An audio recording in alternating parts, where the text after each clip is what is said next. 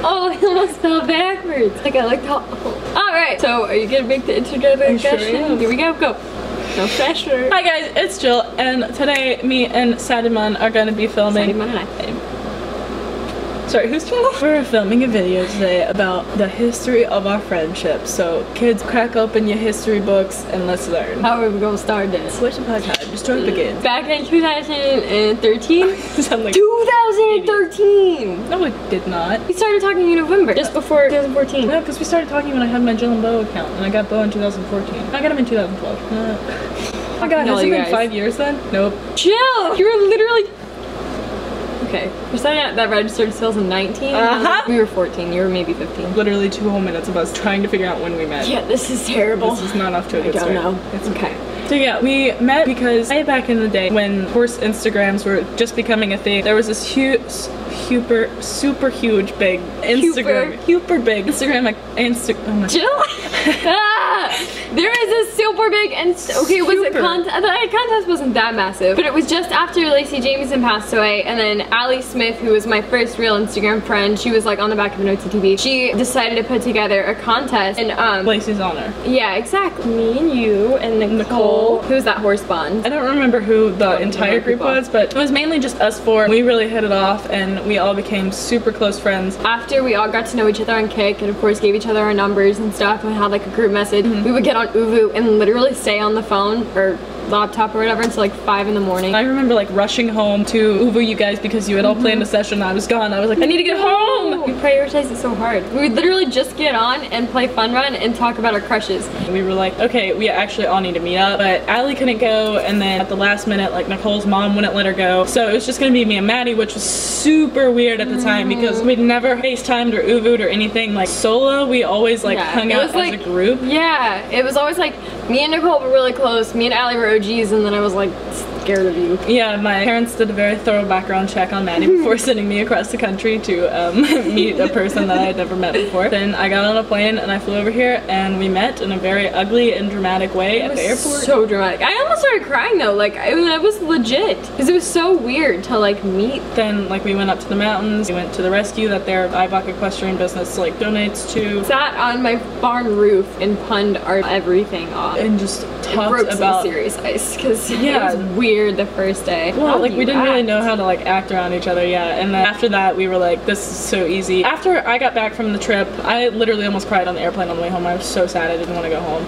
And so then I got back home and then we were like closer than ever. That's when we really got tight. Like really got tight. The next year we decided to do a 2-week trip, which was a very bad idea. It was a long trip. It was an bad relationship at the time, and I like didn't trust my boyfriend, didn't want to be away from home, and like wanted to go back so badly. I literally just slept the whole trip. Like we literally just did our own things. Like she would be riding and I would be like painting in the yard, like that was literal weirdo. Like we're just gonna go to the mall. Like we just kind of existed, but it was like, yeah, I mean it was fine. It just wasn't a very upbeat trip. Yeah, I guess I was dating some of them, but like it was like the lightest relationship I've ever had. So like not seeing him for 2 weeks was fine. No, he did come over the one night. Yeah, he had nice legs. I remember that so well. Did I? Yeah, you were like, he has man legs. I like those man legs. Like, what would you like to eat today? I would like some man legs instead of frog legs. Ew. Why did you say that? Anyway, so then it keeps picking at my arm hair. Ow. After the 2-week trip. Oh, and then there was Rolex before that. So I went with my friend who ended up like throwing a temper tantrum because I was hanging out with my best friend that I literally see like maybe once or twice a year. Yeah, that was a weird trip. And then that was when James came to and there was drama with that because my boyfriend was like, hey, nice guy, and I was like, hey, I know, right? I did Rolex things. That was a fun trip. I liked that trip. We actually paid attention to the event that time. Yeah.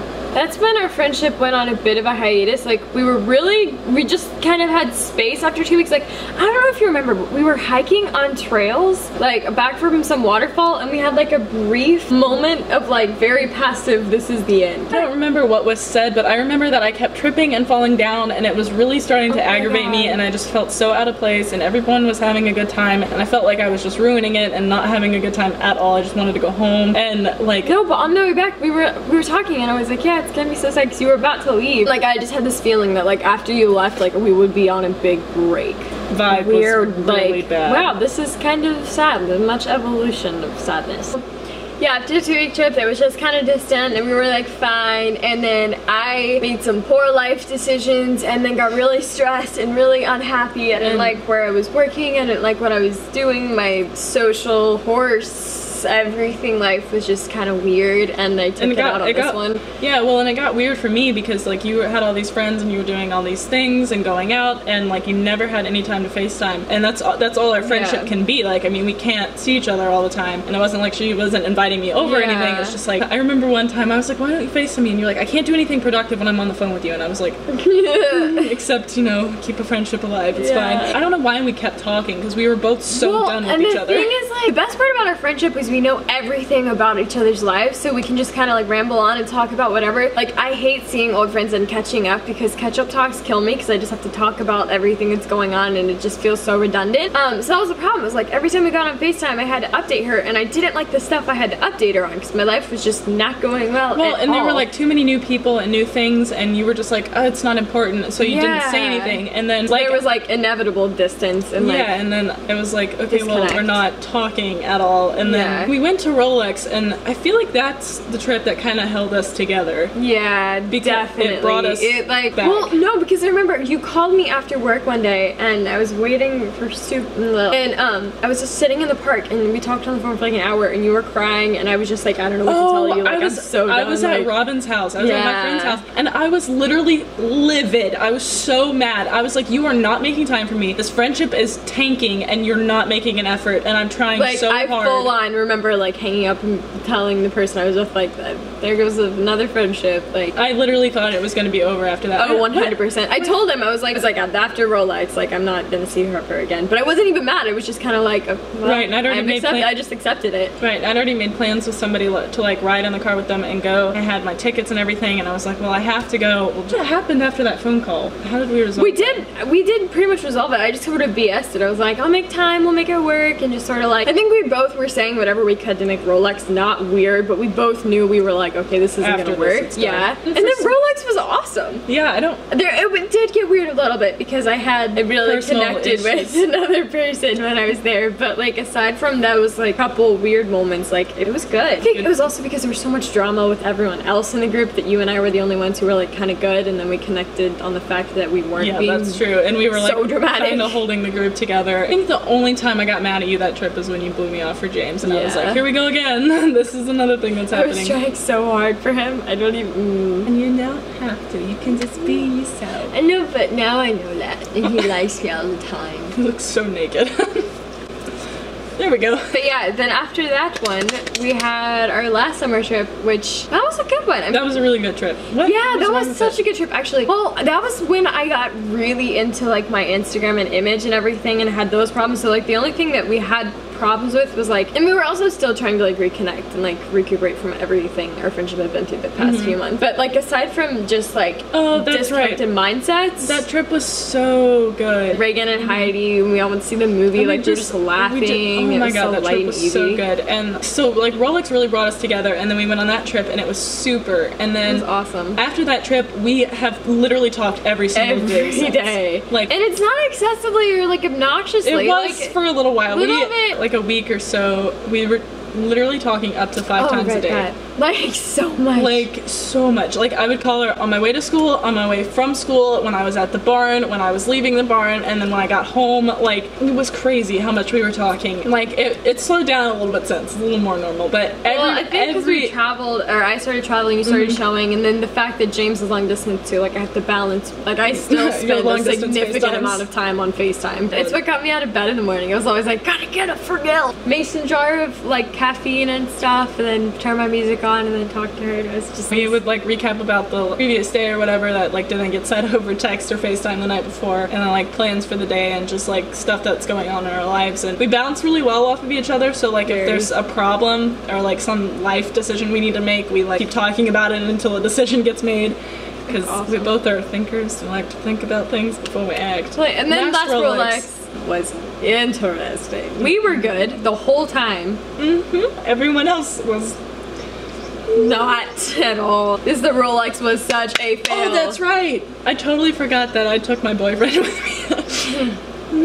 Ex-boyfriend. That was a fail left and right. Having him there was a complete nightmare. James and I were perfect. Me and you and James. We all get along really well. That's what I like. Jillian and James were friends. This Rolex was kind of weird, and yeah.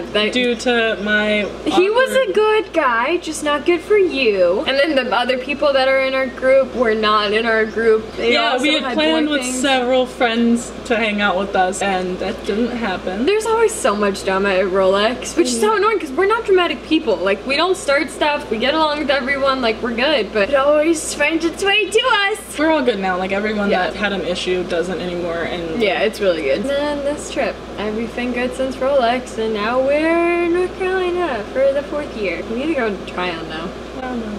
This is disgusting. That is the grossest It looks like it's like a little muscle man, like, ew.